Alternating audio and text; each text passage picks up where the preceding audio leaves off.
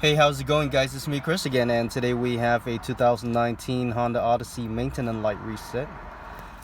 We're gonna be using these buttons over here, the enter button, up, down, right, and left, and we're gonna be using that screen right there. Go ahead and turn on your car without starting.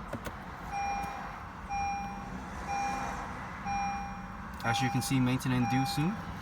Go ahead and press that enter button until you find this home, and or you can press the home button and you will get here.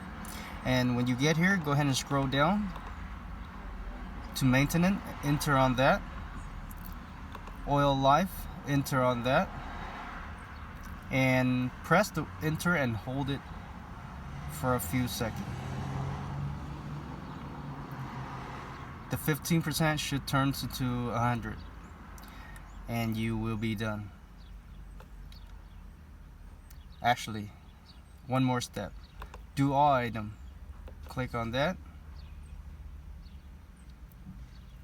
and reset has complete.